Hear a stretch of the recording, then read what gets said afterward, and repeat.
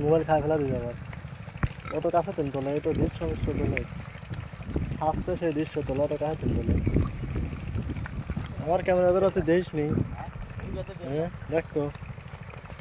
camera সব ফার্স্টে বের আসতো সব করে দেওয়া লাগে জুম করিস না ফোন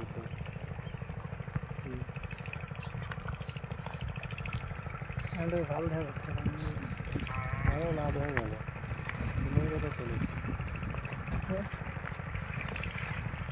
রাতের বেলা ফোটে ভালো